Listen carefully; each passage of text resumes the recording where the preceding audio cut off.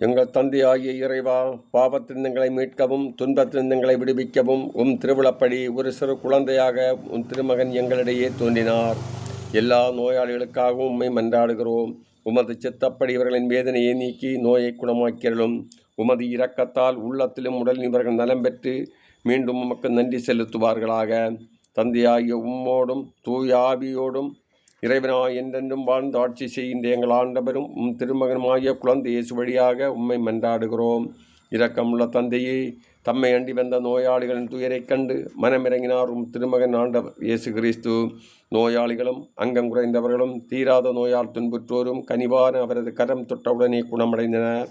அன்பு ஆண்டவரே, மருத்துவமனையில் இருக்கும் எங்கள் முதல்வர் திரு மு.க. ஸ்டாலின் அவர்களுக்கு நல்ல உடல்ல சுகத்தை நீடிய ஆயுளையும் தந்து அவர் அதிவிரைவில் குணம் பெற்று உமது வல்லமையோடு நாட்டை ஆள தேவையான ஆற்றலையும் அருளையும் கொடுத்து உமது அன்பு கருத்தால் தொட்டு அவரை ஆசீர்வதித்து வழிநடத்த வேண்டும் என்றும், இன்னும் நாட்டை ஆள தேவையான அறிவையும் ஆற்றலையும் ஞானத்தையும் அவருக்கு கொடுத்து புத்துணர்ச்சியோடு மருத்துவமனையில் இல்லம் திரும்பி வர நீர் அவரோடு அவரை ஆசீர்வதிக்க வேண்டும் என்று எங்கள் ஆண்டவராய் கிறிஸ்து வழியாக உம்மை பார்த்து மன்றாடுகிறோம். ஆமேன்.